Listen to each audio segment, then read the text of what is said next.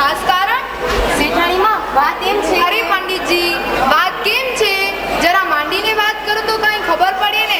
શેઠાણીમાં વાત એમ છે કે હું તમારા એકના એક દીકરા મીત માટે દૂધથી પણ થોડી, સૂર્યથી પણ તેજસ્વી, પાર્વતી જેવી પતિવ્રતા, સંસ્કારી, સુશીલ છોકરીનું માંગુ લઈને આવ્યો છું. આ શેઠાણી કોની સાથે ચર્ચા છે? શેઠાણી, અરે ઓ શેઠાણી, કોણ આવ્યું છે? જરા અહીંયા આવો તો. આ પંડિત આત્મારામજી આપણા લાડલા મીત બાવા માટે શિલ્પા શેઠી જેવી શર્મિલી, કેટરીના કૈફ જેવી નટખટ અને ઐશ્વર્યા રાય જેવી સુંદર કન્યાનું માંગુ લઈને આવ્યા છે. અલ્યા પંડિતજી, છોકરીનો ફોટો લાવ્યો છો કે નહીં? હા, લાવ્યો છું ને. આ ઐશ્વર્યા. આ છોકરી કેવી છે જોવો તો. આ કરીના જેવી. આ કટરીના જેવી. હું આ હિરોઈનો પણ આપણા ગામના વીમાંથી જેઠાલાલની શશિકળને આપીતાનું માંગુ લઈને આવ્યો છું. શેઠ, આ ગરીબ ઘરની દીકરી ઘણી સારી અને ગુણવાન છે. તમારા પરિવાર માટે યોગ્ય છે. પંડિતજી, તમે તેના ઘરવાળા સાથે વાત કરી લો અને એને જ્યારે યોગ્ય લાગે ત્યારે આપણે જઈશું. ઠીક છે. કેમ છે તમને? જેઠાભાઈ, ઓ જેઠાભાઈ.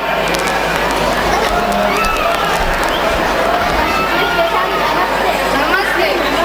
નમસ્તે. આવો પધારો, બેસો.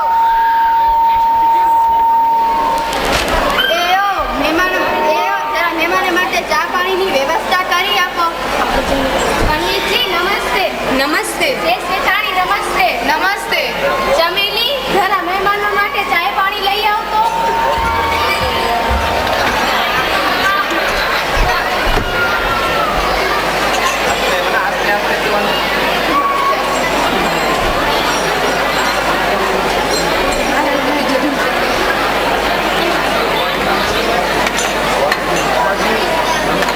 જેઠાભાઈ, તમારી દીકરી બોલાવી લાવો.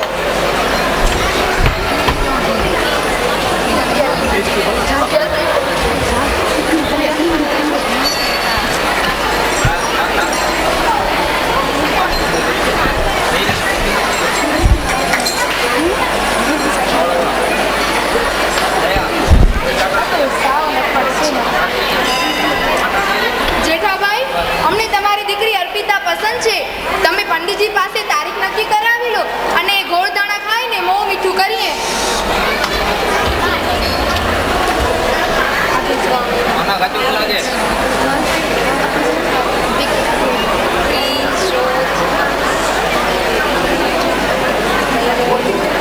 જેઠાભાઈ, શ્રાવણમાં બીજના રાત્રિના 10-30 કલાકનું શુભ ચોઘડિયું સારું મુહૂર્ત છે, તો તે દિવસે લગ્નનો ઉત્તમ યોગ છે.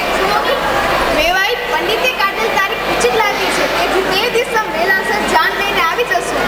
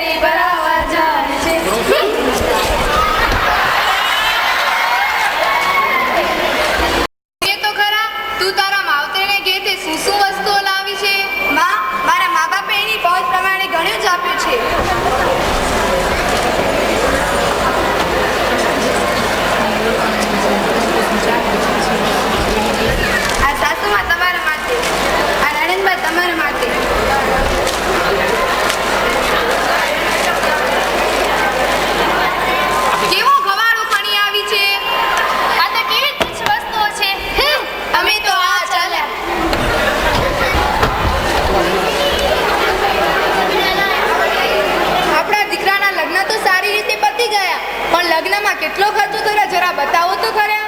આ લો. બાપ રે, આવડો બધો ખર્ચો? 5,55,555 રૂપિયા? બાપ રે, આવડો બધો ખર્ચો? આપણો દીકરો એક ના એક છે, ખર્ચ તો થાય જ ને. સારું. ભાભી, બપોરનો સમય થયો છે, જમવાનું લઈ આવો.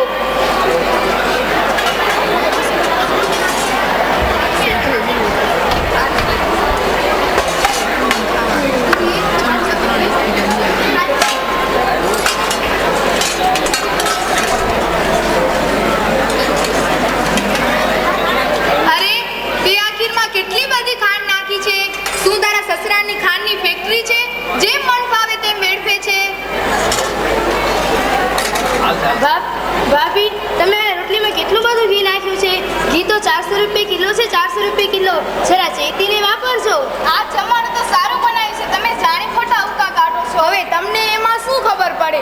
તમે કીધી જિંદગીમાં જમવાનું એ બનાવ્યું હોય કે તમને ખબર પડે? બેટા, છાશ લઈ આવ. આ સાસુમાની નણંદા ખાઈ તો બધું જાય છે, મેં ખાલી ખાલી અવકા કાઢી છે.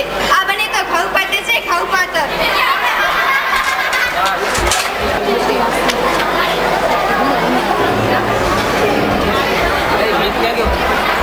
જય શ્રી કૃષ્ણ બા, કેમ છે? મમ્મી, ભૈલાને આજે દાળનું કઈ કારું છે. જરૂર અને કોઈ વસ્તુની જરૂર ઊભી થઈ હશે. દીકરા, તારા અવાજમાં ફેર લાગે છે.